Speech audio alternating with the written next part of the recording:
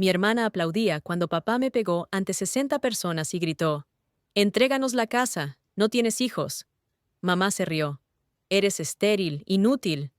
Entonces hice una llamada silenciosa y los sorprendí a todos. No me gustan las fiestas ruidosas, pero ese sábado por la noche fingí sentirme como pez en el agua. Sostenía una copa de champán sin alcohol, sonreía a mis parientes y repetía las mismas frases corteses, como si estuviera dando una conferencia sobre estratificación social y roles familiares. Fuera de las ventanas del salón del club se extendía un espeso bosque de pinos que olía a pino mojado y a barbacoa cara, mientras que dentro, el aire cortaba los ojos con una mezcla de perfumes, cigarritos de vainilla y entusiasmo fingido, el escenario perfecto para hablar de herencias. Nos reuníamos en familia constantemente, pero normalmente eran acogedoras barbacoas en el patio trasero o desayunos de Navidad. Hoy todo parecía teatral: un salón circular con columnas, manteles de color marfil, lámparas vivas en forma de orquídeas dentro de cilindros de cristal. Mi padre quería mostrar claramente la grandeza de la familia Hale. Sentó a los invitados según su importancia, los más cercanos al escenario y los más lejanos, cerca de la salida a la terraza para fumadores. A mí me sentaron a la izquierda del piano, como si fuera una pantalla acústica entre el instrumento y el público. Mientras los camareros servían el vino, mi tía Ágata se inclinó hacia mí y me susurró que no montara escenas, porque papá lo estaba pasando mal. Se le había olvidado que la última vez que había montado una escena había sido en noveno curso, cuando me negué a bailar con un chico que me tiraba de la coleta. Respondí con la frase típica de un profesor: «Gracias por preocuparte. Tendré en cuenta tu inquietud». Las palabras sonaron como un diagnóstico. Por el salón circulaban rumores. Hay que vender la casa para que a Loren le resulte más fácil pagar la hipoteca.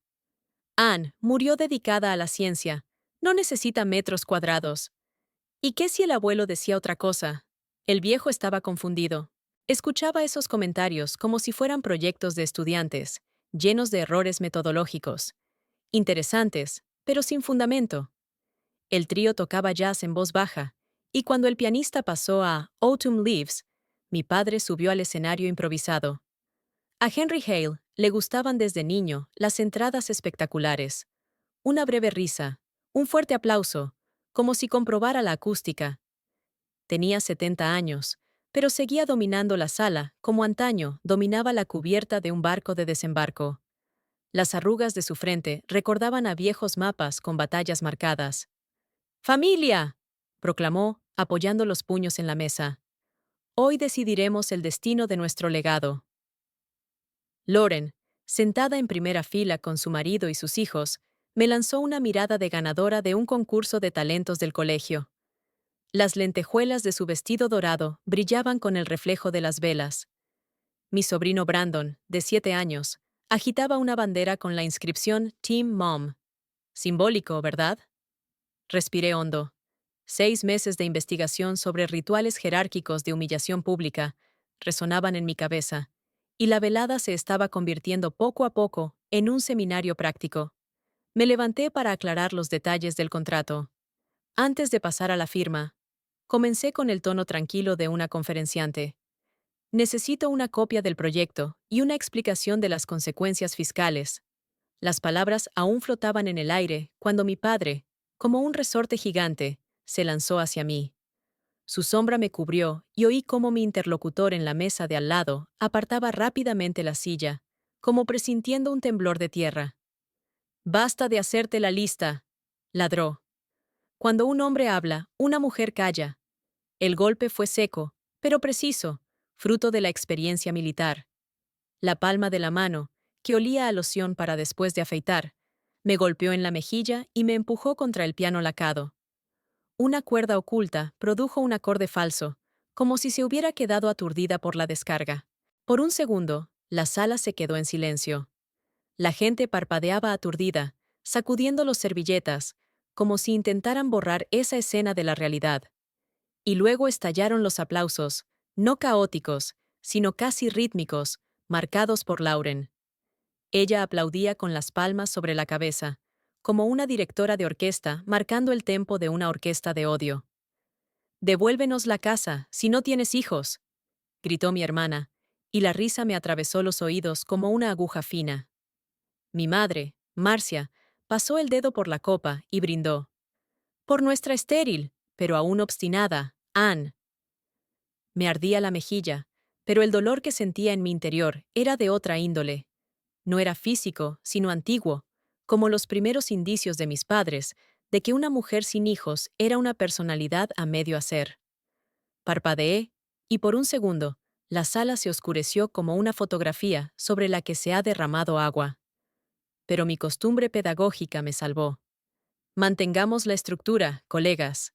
Me enderecé y bajé lentamente la mano, comprobando que no temblaba. «Disculpen», dije. «Necesito salir a tomar aire». Las voces se fundían en un zumbido. Quisquillosa, dramática. Siempre ha tenido una salud delicada.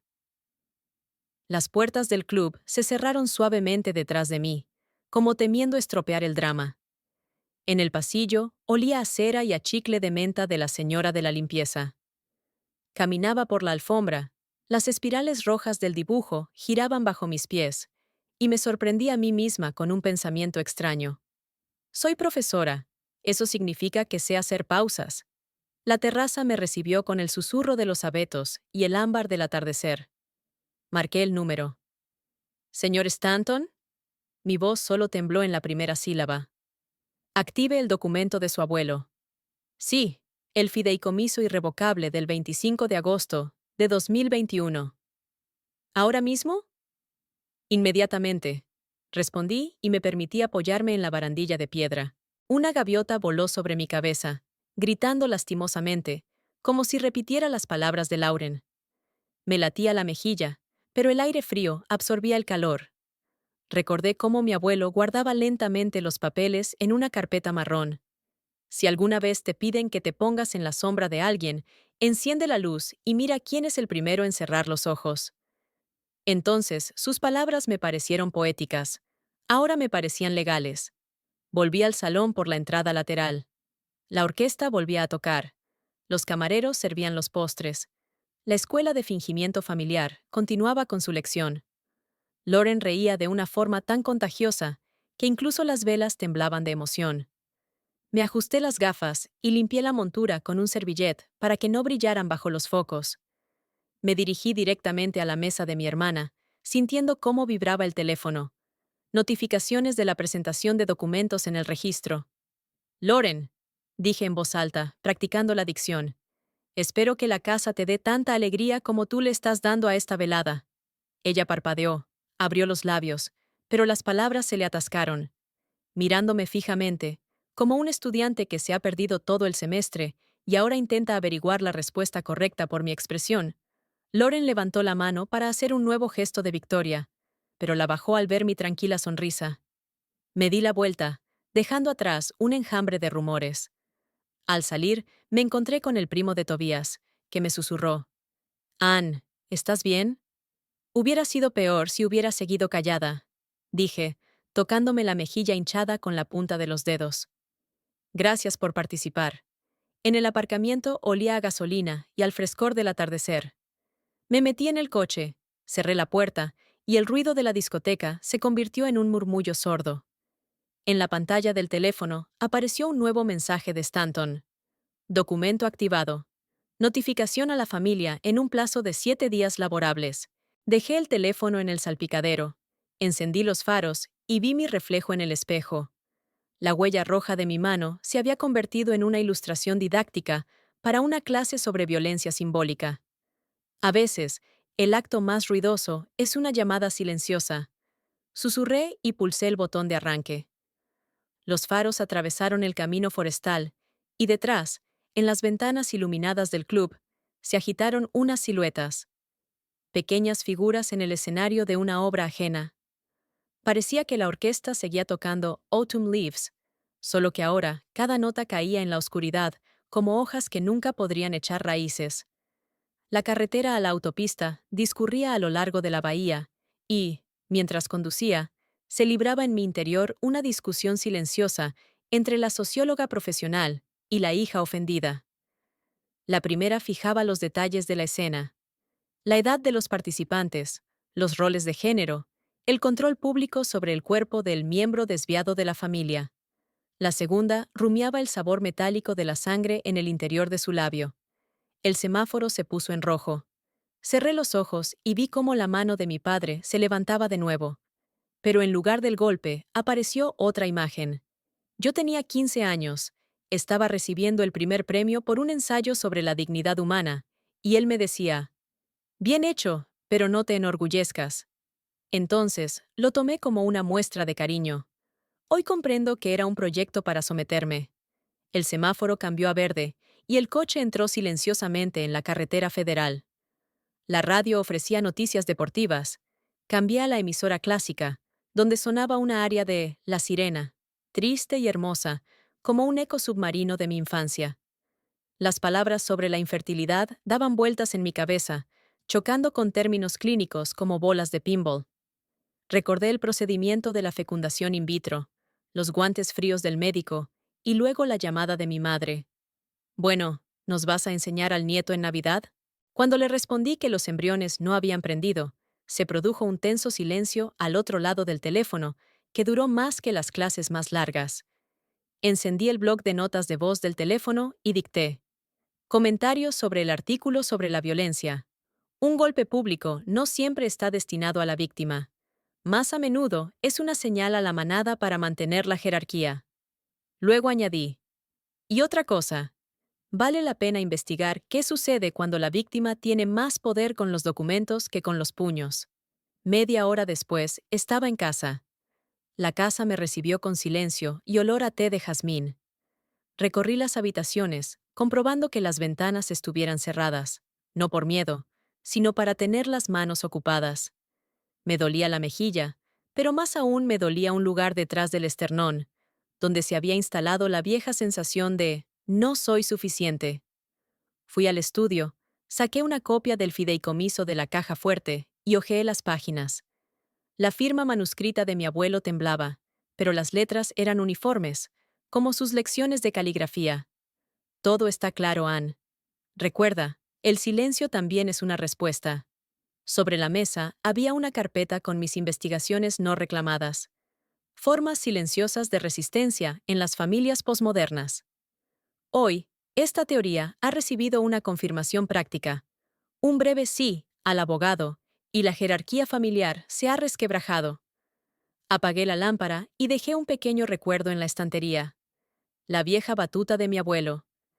El barniz estaba deslucido, pero me seguía gustando tenerla para no olvidar el ritmo. 1, 2, 3. Pausa. Antes de dormir, me puse una bolsa fría en la mejilla, entré en el portal de la universidad y cancelé el seminario de mañana. En lugar del tema violencia social conformista, escribí lacónicamente: cancelado por motivos personales. Los estudiantes lo entenderán. A veces la realidad ofrece un campo de investigación más allá del aula. En la cama, escuché durante mucho tiempo el soplo del viento y pensé en cómo mi hermana se despertaría al día siguiente en su impecable casa, sin saber que, exactamente una semana después, recibiría una carta certificada.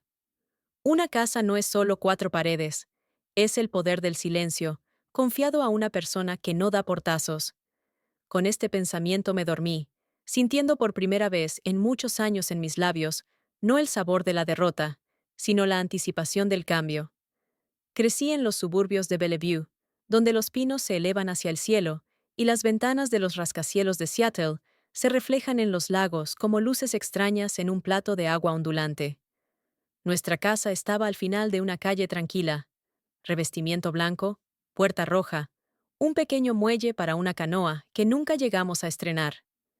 Por fuera todo parecía perfecto, pero por dentro reinaban los sonidos de la cabina de mando y el olor acre del esmalte de uñas.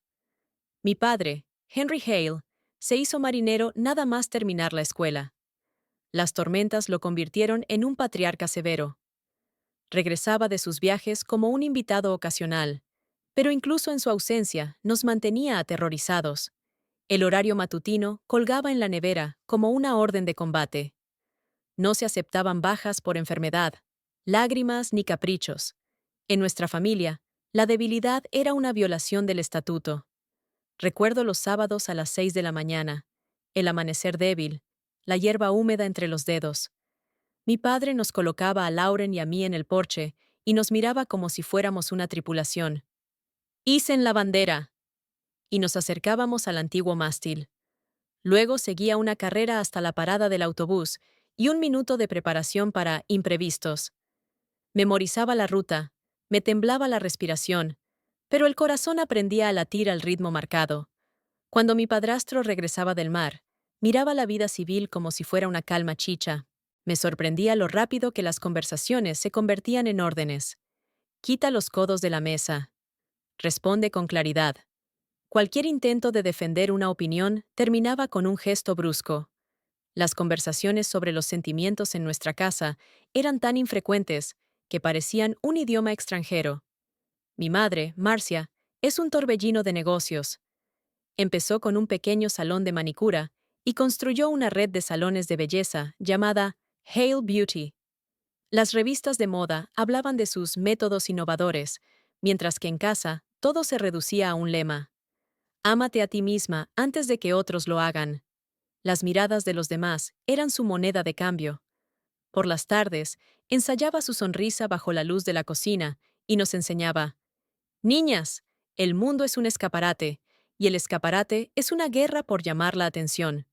Cada frase de Marcia cortaba más que unas tijeras. Cuando volví del colegio con un diploma de honor, me soltó: estupendo, pero recuerda que las cintas rojas rara vez combinan con los vestidos blancos de novia. Y el día en que Lauren recibió la invitación para el baile de fin de curso, mi madre dijo con lágrimas de felicidad: por fin tendremos una princesa de verdad en casa. Yo estaba allí de pie, como una regla con la que se mide la felicidad de mi hermana pequeña.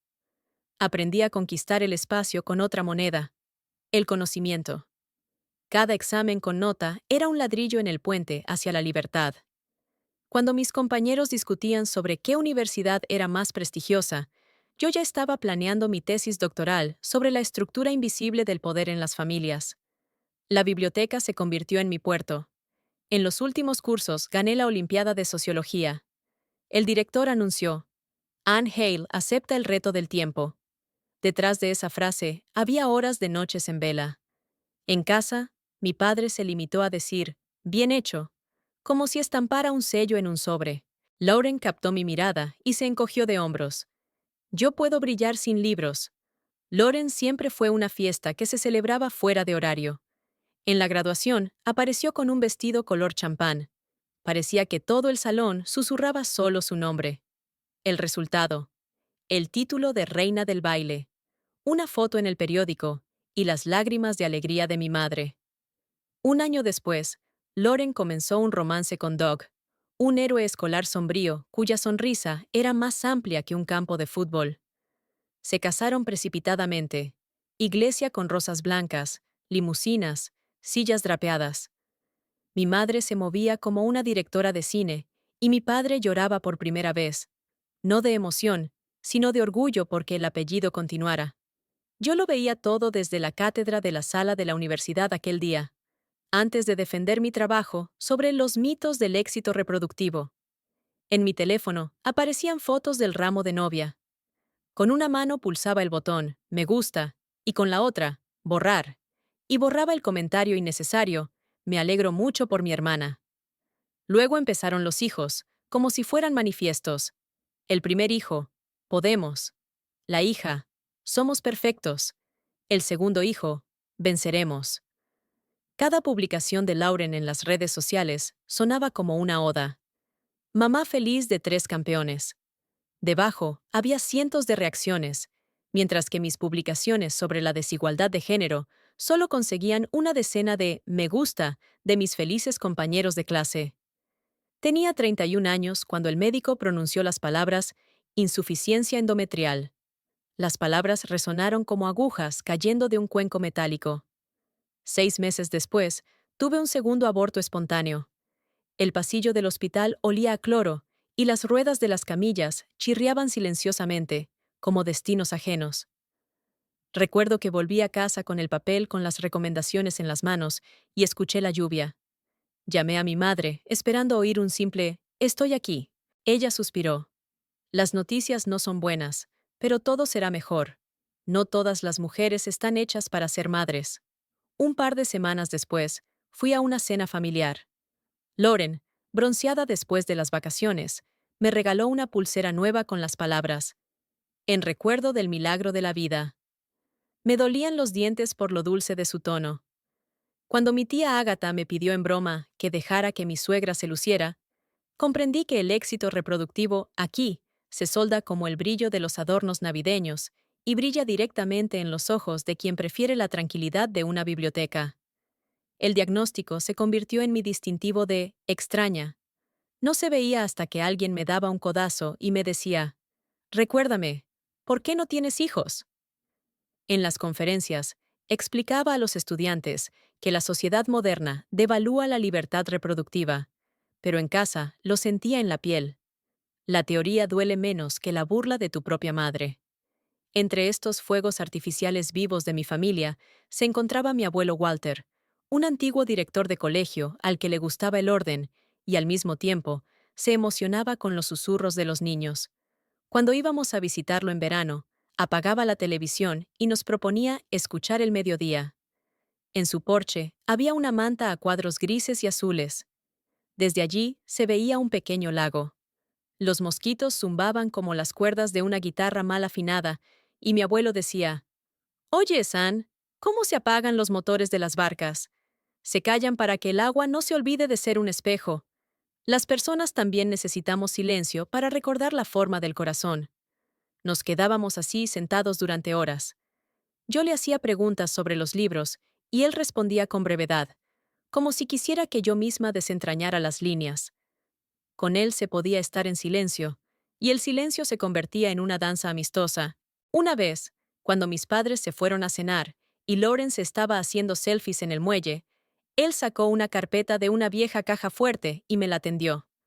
«Si alguna vez la verdad se convierte en ruido, abre esto». Recordé su mirada, cariñosa, pero cautelosa, como la de alguien que ve una tormenta en el horizonte. Puse la carpeta debajo de la almohada, y no la abrí hasta que murió. Hace 4 años, mi abuelo murió tranquilamente, leyendo un libro. Mi padre organizó un funeral según el protocolo naval. Guardia de cadetes, 3 salvas al aire. Mi madre posaba para la prensa. El director Hale ha formado a una generación de líderes. Yo estaba de pie junto al ataúd y sentía cómo las piedrecitas de grava me aplastaban los tacones. Después del discurso del sacerdote, mi padre recibió un sobre amarillo del notario. Esperaba que lo abriera, pero solo asintió con la cabeza. En el coche le pregunté qué había dentro.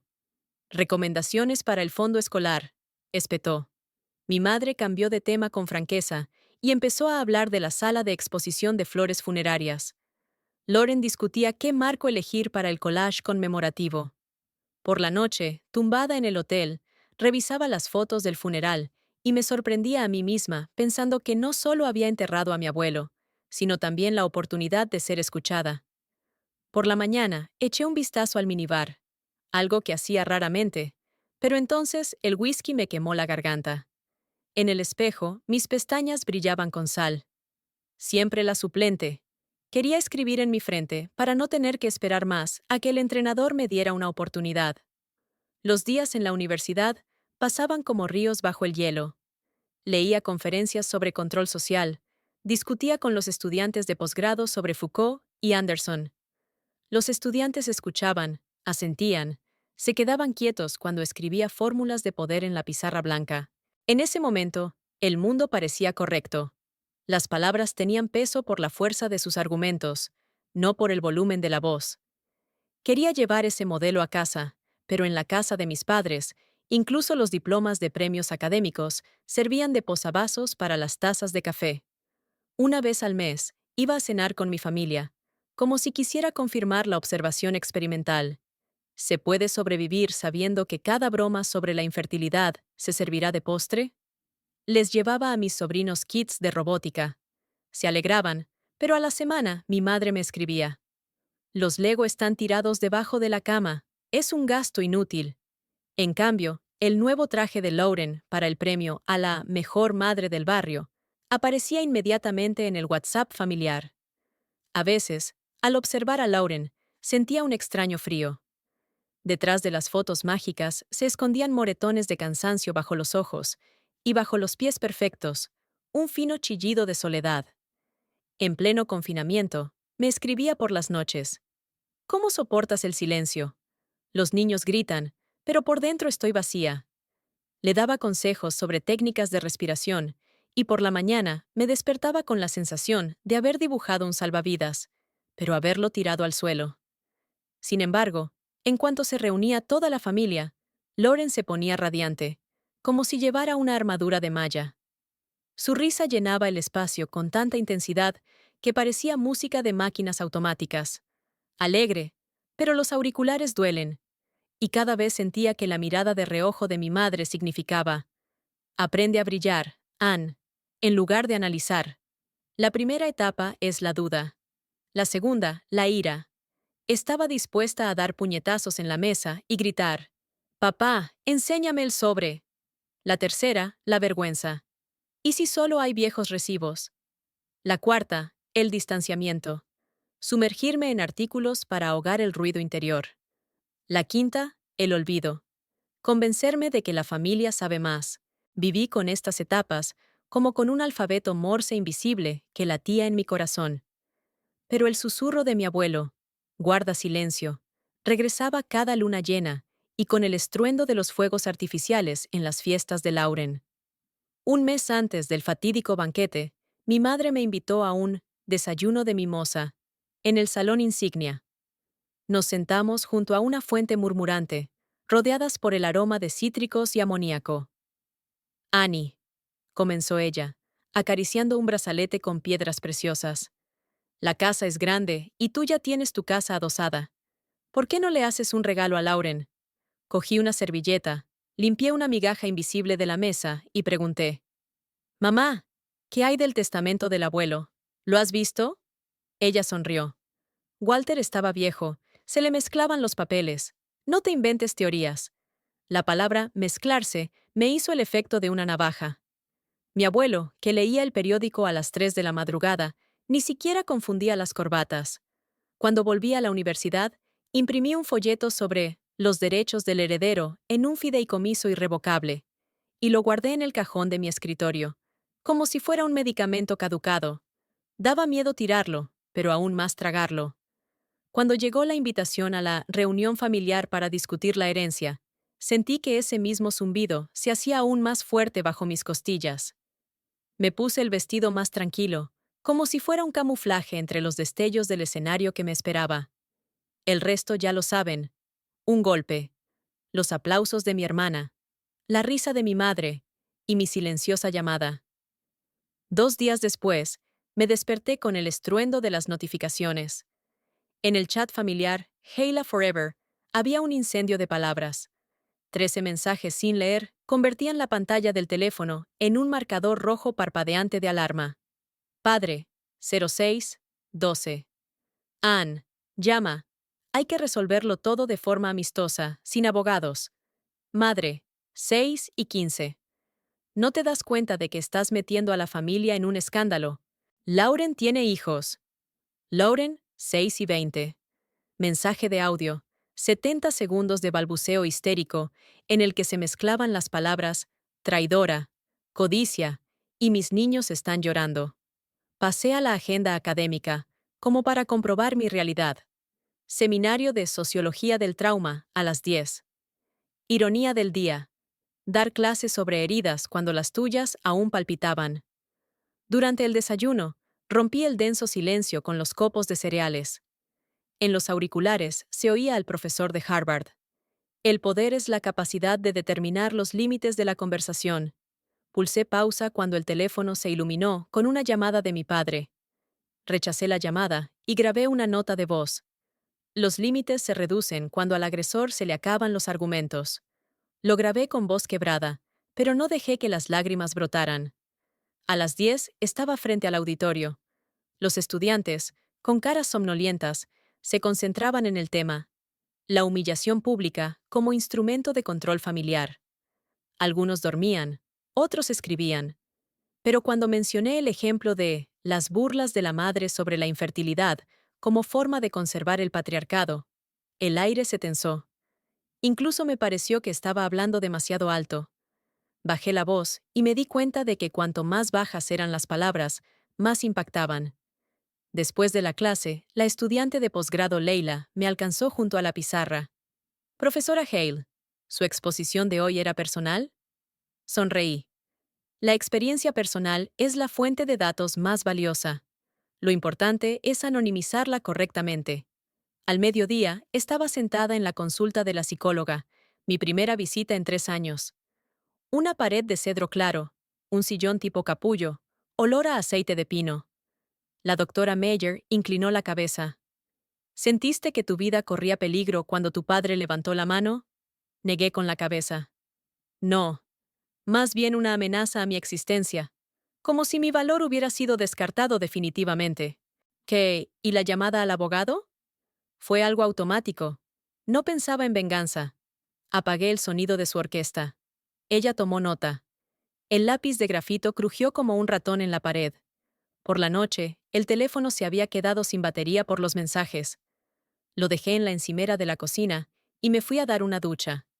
El agua caliente corría mientras mis pensamientos se desenredaban como páginas pegadas. Cuando volví, en la pantalla parpadeaba un nuevo chat llamado Justicia para los hijos de Lauren. Ya había 25 participantes, la mayoría primos lejanos y amigas de mi hermana de la red de salones de belleza de mi madre. El mensaje principal estaba fijado. Firmad la petición para que Anne devuelva la casa a su verdadera familia. Debajo había una foto de la mansión con la leyenda: Por una infancia feliz para mis pequeños.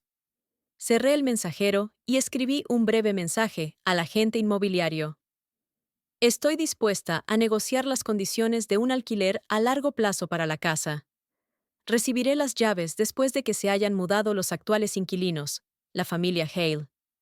Después de una pausa, añadí: Por favor, facilíteme el contacto de la fundación que apoya a las víctimas de violencia doméstica. Una parte de los pagos se destinará a ellos. A las 7 de la tarde sonó el timbre. Detrás del cristal del pasillo estaba el mensajero de FedEx, rebuscando en una carpeta como si fueran empanadas calientes. Para el señor y la señora Hale, precisó la dirección. Piden que se entregue en mano. No viven en esta dirección. Entonces firme por el remitente. Firmé, cerré la puerta y respiré hondo. En el sobre ponía en rojo: Notificación oficial de transferencia de propiedad. A juzgar por el sello, ya habían llegado sobres iguales a la puerta de casa de mis padres. Me los imaginé. Mi madre con una copa de chardonnay. Mi padre en el sillón, con el periódico temblando en las manos. Un instante de verdad vale más que cientos de brindis vacíos. 1 hora más tarde, mi madre me llamó por FaceTime. Acerqué el teléfono y vi el fondo desenfocado del salón. Cajas, cuadros tirados, como si un huracán hubiera arrasado el interior. ¡Ann! Sus ojos brillaban por la emoción, pero sus labios se mantuvieron firmes. Es cruel. Sabes que tu padre tiene el corazón delicado. Mamá, el fideicomiso entró en vigor hace 4 años. Vivían allí ilegalmente. Nadie lo sabía, exclamó ella. Tienes la obligación de cuidar de nosotros. Les ofrezco ayuda para la mudanza y 1 año de alquiler de un nuevo apartamento, respondí, tratando de que mi voz no temblara. Muy generoso, dijo mi madre con desdén. ¿Pero qué dirá la gente? La gente dirá que unos adultos han tenido que respetar un documento legal que intentaron ocultar. La pantalla se quedó en blanco. Lauren apareció detrás de mi madre, me lanzó una mirada fulminante y gritó: Los niños están llorando. Les están quitando su casa. Su casa nunca fue suya, Lauren. Susurré y corté la comunicación. La noche fue corta. El teléfono vibraba cada 15 minutos. Puse el dispositivo en modo no molestar y abrí el borrador del artículo, La casa como marcador del poder familiar. Escribí hasta el amanecer. Cuando la herencia se distribuye según el principio de la utilidad reproductiva, la infertilidad se convierte en un sello de devaluación. pero la alfabetización jurídica puede convertirse en un acto de resistencia. A las 3 de la madrugada llegó un correo del agente inmobiliario. Los interesados en alquilar son una pareja joven con un bebé, dispuestos a mudarse en un mes. El precio es el del mercado, y están dispuestos a invertir en la reforma. Y me sorprendí sonriendo. Quizá la casa por fin volvería a oír otras risas. Por la mañana, el camión azul de correos se detuvo frente a la mansión de los Halo. Había conectado la cámara web de la ciudad. El cartero sacó un sobre amarillo y lo dejó en el porche. Mi madre abrió la puerta de par en par, como si quisiera soplar todo el mundo con un solo suspiro. En ese momento, el sol dio en la lente y la imagen se iluminó, como si el documento ya estuviera ardiendo en sus manos. A la hora de comer, mi padre envió una carta oficial con amenazas. Impugnaremos el fideicomiso. Esto es la guerra. Se lo reenvié al señor Stanton. 5 minutos después, recibí la respuesta. No hay motivos. Ofrecemos mediación, pero antes exigimos el desalojo en un plazo de 30 días. Lo firmé electrónicamente. Es sorprendente lo fácil que es pulsar el botón enviar cuando de niño te enseñan a callar. Por la noche, Lauren publicó un largo post en Instagram. Una selfie con los niños llorando. El hashtag Wanch nos quitan la casa, en un tono entre la súplica y la acusación. Los comentarios se dividieron. La mitad condenaba mi frialdad. La otra mitad preguntaba por qué unos adultos contaban con la propiedad de otros. No respondí. En su lugar, publiqué una foto del porche de mi abuelo, una silla de mimbre vacía, la quietud del lago y la leyenda. Es fácil juzgar una decisión, pero es más difícil conocer el testamento. Desactivé los comentarios. Por la noche, soñé con mi abuelo. Tocaba con las uñas el alféizar de madera, y el sonido era suave, pero claro, como el clic de una pluma. ¿Has oído antes ese ruido, Ann? Me preguntó en sueños. Sí, pero no lo entendía. Ahora entiéndelo y no grites, que griten los que no tienen documentos. Me desperté con el susurro de los pinos, como si estuvieran aplaudiendo, y no Lauren. Ya no me dolía la mejilla. En el espejo se reflejaba un nuevo pliegue de seguridad en la boca. Las gafas estaban bien colocadas. Hoy no sentí malicia, sino la respiración tranquila de la libertad. El teléfono me despertó antes del amanecer con una vibración insistente, como si se hubiera activado debajo de la almohada un despertador de una vieja película de dibujos animados. La pantalla estaba llena de mensajes del chat de mis padres. El estilo conciso habitual de mi padre parecía las líneas de un diario de navegación. Ann, llama inmediatamente, es importante. Mi madre le siguió con un mensaje de voz ronco. Piensa en la reputación de la familia. Eres profesora, no una escandalera. Lauren grabó un largo monólogo con voz ronca. Susurraba a propósito para que los niños no se despertaran, pero con cada palabra se le escapaba un grito sobre cómo había destruido el hogar de sus sueños. Al principio puse el teléfono en silencio, pero mi costumbre de investigadora me llevó a revisar los mensajes, resaltando mentalmente cada argumento con un marcador amarillo. Presión a través de la culpa, referencia a la salud de mi padre, exhortación a recordar lo que es el amor fraternal. Al final de la lista encontré un nuevo chat llamado Protejamos a los hijos de Lauren, al que ya se habían unido sus primos, sus amigas del salón de belleza, el entrenador de béisbol de su hijo mayor, e incluso una antigua compañera de clase a la que no había respondido a una felicitación hacía 10 años. El título de la petición gritaba el eslogan: Devolvamos la casa a quienes perpetúan el linaje de los Hay.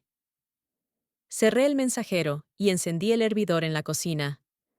El ruido del agua hirviendo siempre ordenaba mis pensamientos mejor que cualquier meditación. Sobre la mesa había una pila de trabajos sobre los rituales familiares de la vergüenza. No pude resistirme y anoté en mi cuaderno una cita reciente. Cuando las voces fuertes exigen sacrificio, busca documentos. Es posible que se hayan quedado sin argumentos. En la universidad, los estudiantes se despertaban con la somnolienta mañana de octubre. Comencé la clase sobre la humillación pública como instrumento de cooperación social. Conté la historia de los pilares de la vergüenza medievales y, a continuación, Casi sin levantar la voz, establecí un paralelismo con las fiestas familiares modernas, donde el derecho a levantar la mano equivale al derecho a defender el escudo familiar. En el aula se hizo el silencio, como si hubieran apagado la luz.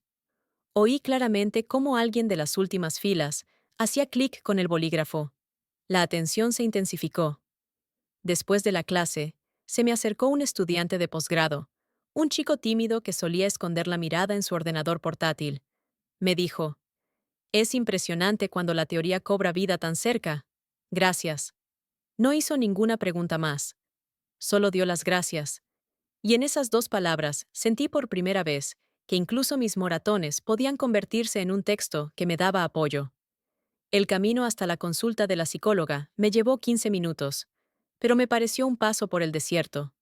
Luz cálida, un sillón tipo capullo, olor a aceite de pino. La doctora Mayer me escuchó en silencio y luego me preguntó si había sentido que mi vida corría peligro. Respondí con sinceridad: no. Sentí que mi existencia estaba amenazada, como si hubieran intentado borrarme con un borrador delante de todo el mundo. Ella señaló que no había decidido vengarme, sino recuperar mis límites. Anoté con lápiz en mi cuaderno: método del silencio. El susurro del grafito sonaba reconfortante, como un manuscrito de correspondencia comercial, donde cada letra protege los nervios. Al volver a casa, encontré al mensajero en la puerta con un gran sobre blanco. Pronunció mi nombre con respeto, como si me entregara una reliquia. Dentro había una notificación del traspaso efectivo de la propiedad. Papel grueso, el escudo del distrito, firmas, pruebas materiales de mi subjetividad social. Sin darme cuenta, acaricié el sello con el pulgar, como si estuviera comprobando la autenticidad de una moneda. En la pequeña sala de estar, donde durante mucho tiempo reinó la comodidad de un bibliófilo, ordené los documentos legales en pilas ordenadas y los fotografié para archivarlos. Luego abrí el correo electrónico. Allí ya me esperaban los mensajes del abogado Stanton. Confirmaba que mi padre había presentado una protesta, pero que, desde el punto de vista legal, parecía tan sólida como un barco con el casco agrietado.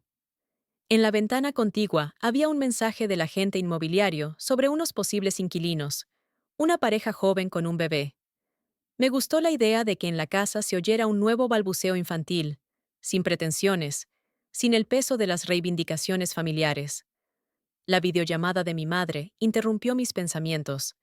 En la pantalla, detrás de ella, se veían cajas desordenadas y un cuadro de una cascada torcido, como si hubiera pasado un mini huracán por la casa. Mi madre comenzó hablando del corazón de mi padre, pasó suavemente a la opinión pública y luego trató de suavizar el tono, afirmando que todavía me quería. Le ofrecí ayuda con la mudanza y pagar el alquiler del primer año si encontraban un apartamento adecuado. En respuesta, escuché un reproche: la generosidad sin sumisión solo molesta. En el fondo se oyó el llanto de mi sobrino. Lauren cogió el teléfono y pronunció un discurso contundente sobre mi inhumanidad. Susurré: la casa nunca fue vuestra. Y colgué. En el silencio de la habitación, el sonido del teléfono provocó un ligero mareo, como cuando, después de un largo viaje en barco, finalmente pisas tierra firme. Puse un viejo vinilo de jazz y suspiré al compás de la música. La música llenó los espacios entre los resentimientos. Por la noche, sentada en mi escritorio, abrí un archivo borrador titulado El hogar como armadura. Escribí sin parar. Sobre la dinámica familiar, donde la infertilidad se convierte en un pase eterno al banquillo de los suplentes. Sobre cómo los conocimientos jurídicos pueden convertirse en la voz de aquellos a quienes se les enseñó a callar. Fuera, el viento susurraba entre las hojas, como un escribano pasando las páginas de un informe secreto. Por la mañana, en el correo de la universidad, encontré una carta del coordinador del departamento. Me invitaban a dar una conferencia abierta sobre formas invisibles de resistencia. Me quedé paralizada sobre el teclado. Por primera vez en mucho tiempo, sentí ganas de hablar en voz alta, sin susurrar. La cámara web del buzón de la casa de mis padres se actualizaba cada 5 segundos. En la imagen apareció lentamente un empleado del servicio de mensajería. Dejó un sobre amarillo en el umbral y se marchó. En ese momento, el sol iluminó la fachada como si estuviera haciendo una foto publicitaria de la verdad. Me sorprendí a mí misma, deseando enviar un rayo de luz al cielo, para que mi abuelo lo viera. Ha funcionado. Mi padre respondió hacia el mediodía. Me envió una copia escaneada de una carta manuscrita, en la que los repetidos signos de exclamación intentaban imitar el silbido de un silbato. Calificó mi paso como una rebelión contra la familia y exigió una reunión inmediata sin abogados.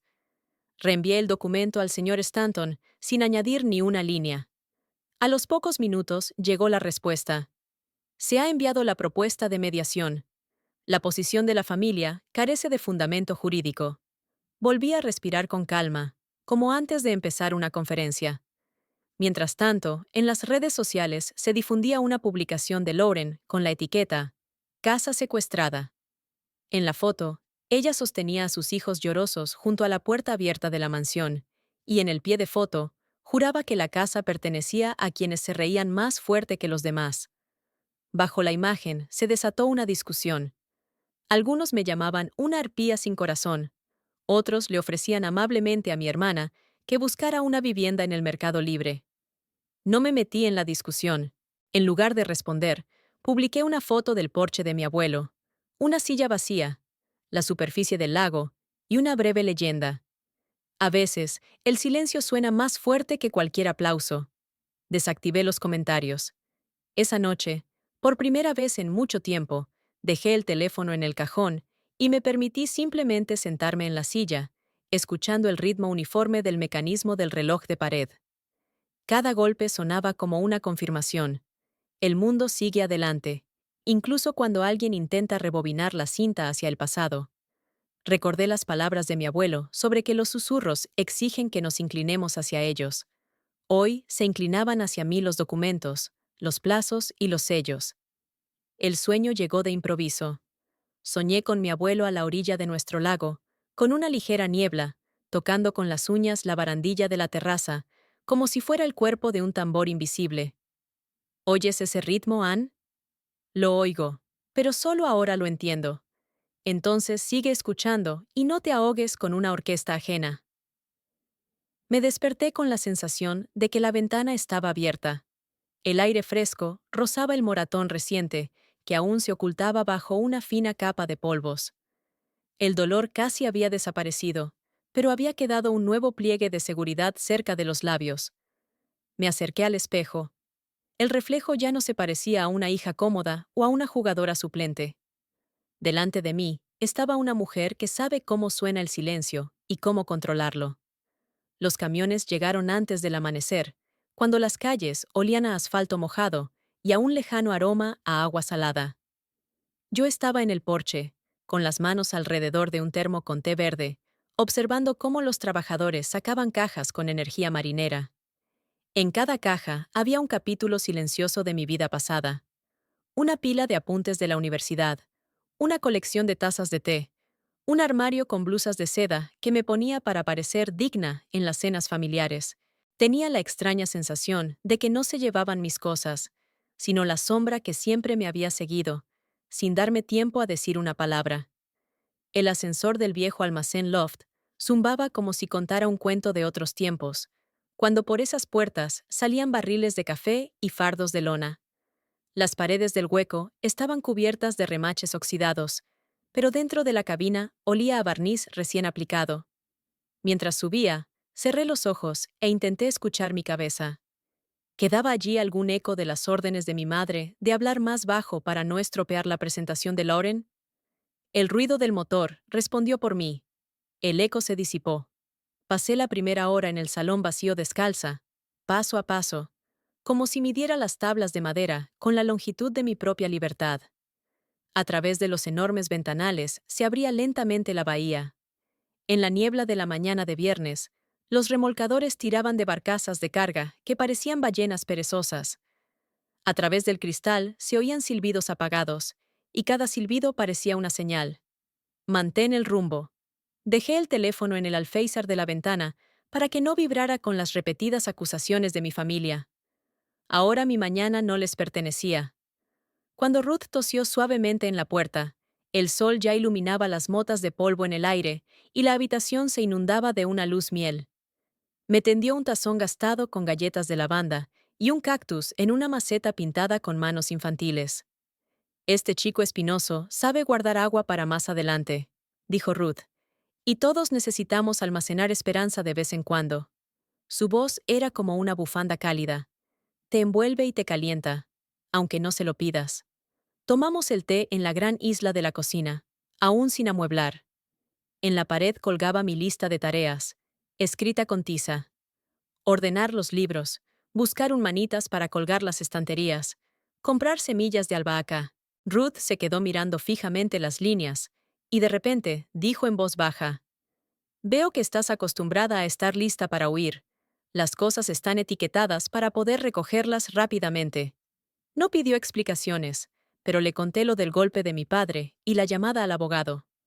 Las palabras salieron en voz baja, como si estuviera leyendo en voz alta las notas al pie de mi propia vida. Ruth escuchó en silencio. Luego puso su mano sobre mi codo. Las tormentas marinas tienen una particularidad. En el centro del remolino, el mar se vuelve repentinamente tranquilo como un espejo. Has encontrado tu centro, solo manténlo hasta que el viento cambie de nuevo. Bebió un sorbo de té, como si sellara una promesa de atención. Después de que se marchara, abrí la caja con los libros de texto. Los ordené alfabéticamente y sentí una alegría infantil. Por fin cada libro tendría su lugar, sin que lo interrumpieran los folletos de la boda de mi madre o los diplomas de Lauren. En el estante superior, coloqué el antiguo metrónomo de mi abuelo Walter, que por alguna razón guardaba en una caja con postales. Los suaves clics del metrónomo dividieron la habitación en segmentos de tiempo precisos, como si confirmaran: ahora aquí suena tu melodía. Antes de la comida, vinieron los electricistas a cambiar las viejas lámparas de riel. Uno de ellos, un chico de pelo largo, vio mi foto en mi carné de profesora y me dijo que había asistido a una de mis clases abiertas. Habló de la violencia simbólica de tal manera que después de la clase no pude escuchar música alta. Sonreí, sintiendo por primera vez que mi trabajo iba más allá del aula. Los electricistas se marcharon y se me ocurrió una idea. ¿Por qué no invitar a los estudiantes a acondicionar el loft como un proyecto social de terapia espacial? Anoté la idea con tiza junto a la albahaca. Al poco rato recibí un correo electrónico del agente inmobiliario. Se ha recibido el primer pago del alquiler. La cantidad me pareció considerable, pero no abrumadora. La mitad la transferí inmediatamente a un fondo de apoyo a las mujeres. En la casilla, nombre del donante, escribí: la voz que fue escuchada. Después de hacer clic, mi corazón latía más fuerte que cuando defendí mi tesis. Apenas cerré el portátil, una llamada entrante rompió la tranquilidad. El número era desconocido, la voz era de una niña, tranquila. Tía Ann, por favor, devuélvenos nuestra casa. La abuela llora todos los días. Reconocí la voz de la hija de Lauren. El cursor del ordenador parpadeaba, como esperando mi reacción, pero me obligué a hablar con voz tranquila. Cariño, un hogar es ante todo seguridad. Ahora le darás seguridad a otra familia, y vosotros tendréis un nuevo y acogedor apartamento. Yo te ayudaré. Se oyó un sollozo al otro lado del teléfono, luego un solitario «¿por qué?» y unos breves tonos. Dejé el teléfono en el cajón y me abracé a mí misma por los hombros, como si intentara consolar a la niña que lloraba dentro de mí, a la que tampoco le habían explicado nunca por qué una voz tranquila no se consideraba un valor. Hacia el atardecer, apareció un titular en la pantalla. Una profesora despiadada ha dejado a unos niños sin hogar. Firma la petición. Lauren se había unido a la campaña de una bloguera local que era madre. Los comentarios llovían como de un cubo de agua volcado. Arribista. Corazón de piedra. Esterilidad sin linaje. Respiré hondo, y en lugar de responder, entré en la configuración del blog. Escribí una nueva entrada titulada ¿Para qué sirve un hogar si respirar en él duele?, en la que describía la sensación de aire viciado que se respiraba en las reuniones familiares, donde solo existías si reproducías el apellido. En media hora, la publicación reunió varios cientos de me gusta y emocionados «Gracias» Ahora entiendo mi silencio. Por la noche llegó un correo electrónico del centro de prensa de la universidad. Las redes sociales están debatiendo la situación de tu casa. ¿Quieres hacer algún comentario? Miré la pantalla durante un buen rato, mientras la cálida luz de la lámpara de mesa convertía el teclado en una hoguera fría. Finalmente respondí. Daré mi opinión en una conferencia abierta, donde hablaré sobre los mecanismos hereditarios de la presión. Pulsé enviar, y sentí como algo pesado que llevaba dentro, un peso que me había acostumbrado a cargar, se desprendía. El miedo a que la universidad me diera la espalda si descubría la verdad. Por la noche, soñé que estaba en el fondo de un océano seco, y que sobre mi cabeza crujían los viejos maderos de un barco. Grito, pero el sonido se estrella contra una pared transparente de agua, y vuelve en forma de eco. De repente, a lo lejos se enciende un faro, el mismo que se ve desde mi ventana, y el agua se eleva, llenando el hueco con un vacío de seguridad. Me desperté con una idea clara. Al día siguiente tenía que ir a la bahía y saludar al faro real. El aire de la mañana junto al agua olía a sal y a algas marinas. Llevé conmigo un termo y un cuaderno. Me senté en un parapeto de hormigón que brillaba con trocitos de mica. Recordé cómo Ruth hablaba del ojo del huracán. El faro parpadeaba uniformemente y anoté. Cada destello es medio segundo de silencio, medio segundo de luz. Así funciona el equilibrio. En casa, en el contestador automático, esperaban nuevos mensajes de voz de mis padres. Mi padre decía que había presentado una demanda por daños morales. Mi madre se quejaba del escándalo y de que Lauren dormía mal. Envié las grabaciones al abogado y escribí una carta a mis padres, no confusa, sino estructurada, con puntos de ayuda para la mudanza, la consulta de un psicólogo pagada para mi hermana y mis sobrinos, y una lista de ubicaciones de apartamentos de 3 habitaciones dignos, sin reproches ni excusas, solo una lista ordenada de propuestas. Al mediodía, Ruth volvió a llamar a la puerta. Llevaba en las manos una vieja tetera de barro del color del caramelo quemado. Lo preparo cuando necesito calentar el corazón, dijo, y continuó en voz baja. Hablé de ti en el centro local para mujeres. Quieren que des un seminario sobre los límites psicológicos. No hace falta una presentación pomposa, solo tú y tu historia. Sentí que algo encajaba por fin en mi interior, como las dos mitades de un rompecabezas, la voz académica y la voz humana. Cuando Ruth se marchó, abrí el plano del loft y dibujé el esquema de mi nuevo despacho. Una mesa larga junto a la ventana, una estantería para los libros y un sillón mullido para leer. En el centro de la habitación coloqué una alfombra redonda, que para mí simbolizaba un oasis de tranquilidad. Firmé cada objeto con un lápiz, como un sueño a punto de hacerse realidad. Por la noche, mientras rellenaba la solicitud para la conferencia abierta, escribí el título, Estrategias silenciosas para la libertad, y seguí el ritmo del metrónomo. Tic, tac, tic, tac. Y en mi cabeza apareció una escena. Yo estaba de pie en el escenario del anfiteatro de la universidad, y, en las últimas filas, estaba sentado mi abuelo invisible, asintiendo con la cabeza, como si estuviera comprobando una partitura. Antes de dormir, miré por la ventana. Las luces de los remolcadores se reflejaban en el agua, como si fueran una lluvia de ámbar. Toqué el cristal con la palma de la mano, y de repente dije en voz alta, el hogar no son las paredes, sino el espacio dentro de ti, donde no tienes miedo de respirar. Las palabras se disolvieron en el cristal, pero regresaron como un eco en mi corazón. El teléfono estaba en silencio. Archivé los mensajes del chat familiar. Por primera vez en muchos años, me dormí sin el vibrar de la alarma en la oreja. En mi sueño, mi abuelo no tocaba las cuerdas del alféizar, sino que estaba sentado en una silla de mimbre con la tetera de Ruth en las rodillas. Cuando me acerqué, me dijo, todos los faros se construyen sobre sal y piedra, pero brillan gracias al vacío que hay dentro de la esfera de cristal. Me desperté al amanecer y suspiré. El vacío dentro de mí por fin se había llenado de aire. La mansión familiar recibió la mañana con una luz uniforme, como si no sospechara del cambio que se avecinaba en su destino. La carretera asfaltada brillaba tras la lluvia nocturna, y las gotas en los arbustos de jazmín centelleaban como adornos para un baile inoportuno. Llegué en un coche eléctrico de carsharing, sintiendo el ligero olor a ozono del motor aún fresco. El porche, limpiado por mi madre hasta quedar reluciente, ahora estaba lleno de cajas de cartón, sillas sin fundas y patinetes para niños. Cada objeto parecía una palabra sacada de una larga carta que estaba a punto de ser firmada y enviada sin posibilidad de retorno.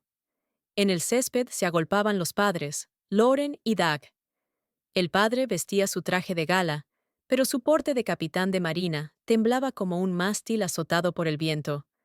La madre sostenía una basa de porcelana y acariciaba nerviosamente sus paredes lisas, como si fueran las alas de un pájaro despertado.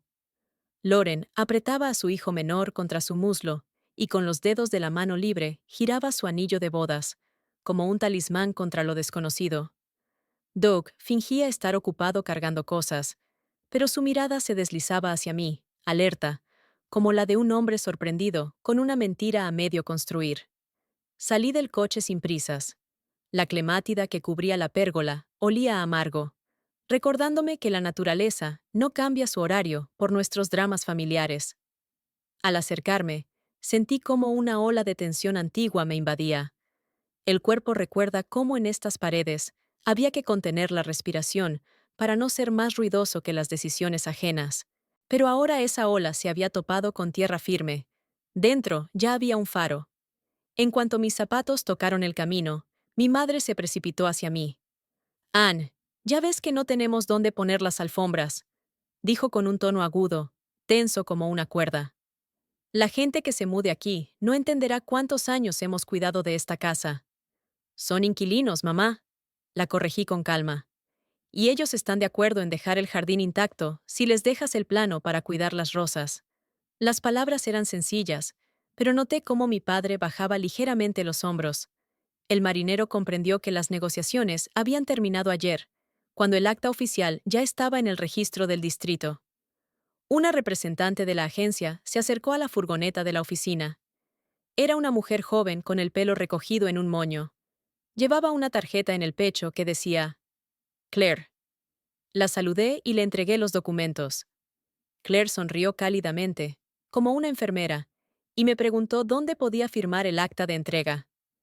Nos acercamos a una mesa de jardín, y bajo el sol de la mañana, la tinta se posó sobre el papel de forma uniforme y definitiva.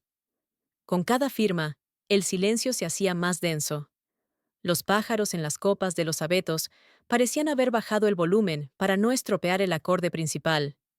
Cuando puse la última firma, Claire guardó los papeles en una carpeta de cuero y le entregó las llaves de la puerta a la nueva inquilina, una joven afroamericana llamada Celeste, que llevaba en brazos a un niño envuelto en una manta a rayas.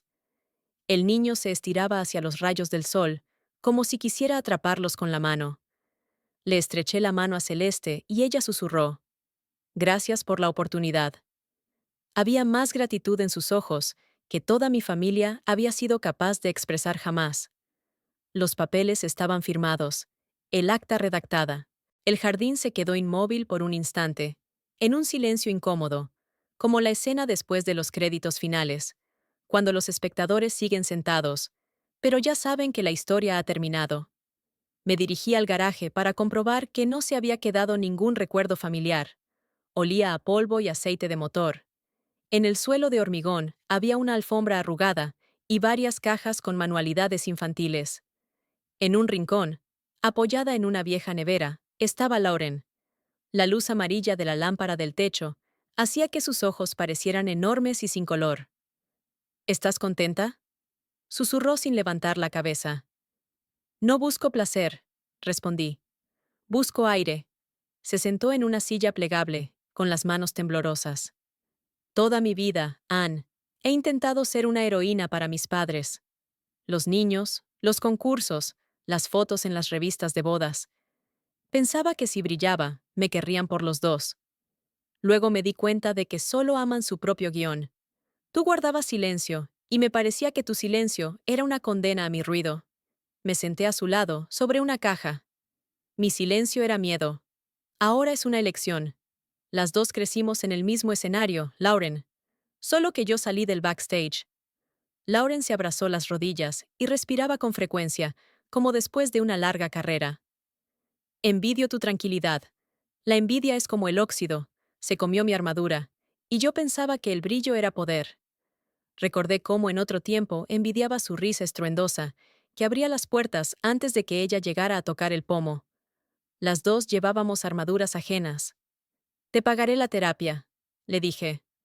La fundación tiene programas que ayudan a quienes crían a sus hijos después de haber sufrido violencia. No tienes por qué seguir con la farsa. Ella levantó la mirada. En sus ojos se mezclaban la esperanza y la vergüenza. ¿Y tú me perdonas? El perdón no es la clave, Lauren. La clave es la elección. No prometo olvidar el golpe ni las palabras, pero elijo no vivir con ellos. El silencio se volvió más suave, como si entre las paredes del garaje hubiera crecido musgo.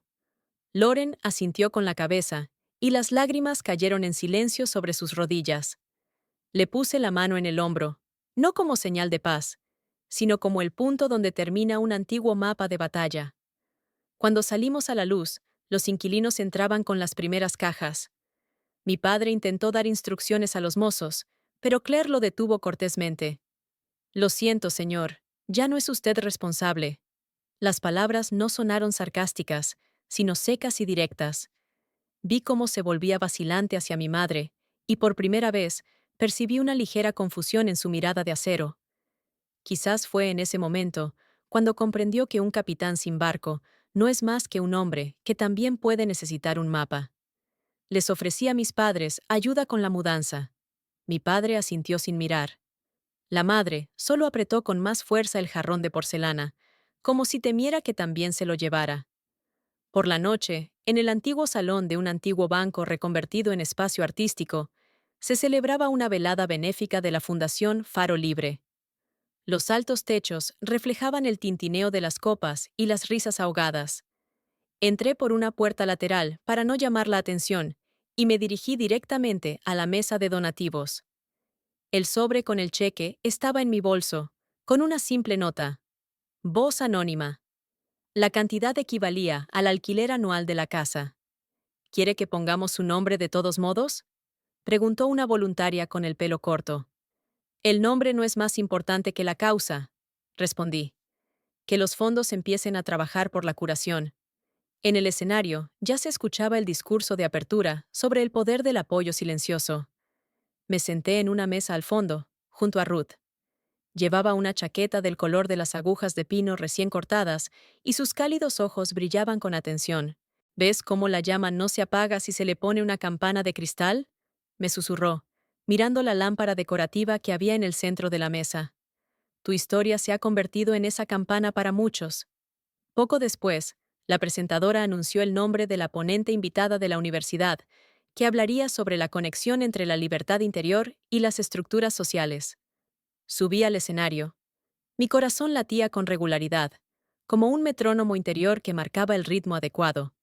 Hablé de que nos habían enseñado a medir el valor de las mujeres por sus hijos, pero se habían olvidado de mencionar que cada elección puede ser el nacimiento de nuestro propio poder, que el silencio al que nos condenaban puede convertirse en un micrófono si decidimos creer en su volumen.